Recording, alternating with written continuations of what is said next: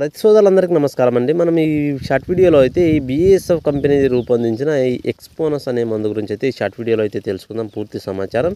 So మనకి ఈ BASF ఎక్స్పోనస్లో technical అనేది ఏముంటుందో తెలుసుకున్నట్లయితే బ్రోఫ్లానిలైడ్ అనే టెక్నికల్ అయితే ఇందులో 300 GLSC రూపంలో అయితే ఉండడం జరుగుతుంది. సో మనకు ఇది పంటలలో ఏ విధంగా ఉపయోగపడుతుందని తెలుసుకున్నట్లయితే మనకు ఇది ముందుగా ఏ పంటల్లో వాడుకోవాలంటే చిల్లి పంటలో, కాటన్ పంటలో, అలాగే చిల్లి, పత్తి, మిరప, వంకాయ, టమోటా, వివిధ అన్ని రకాల కూరగాయ పంటల్లో అయితే వాడుకోవచ్చు.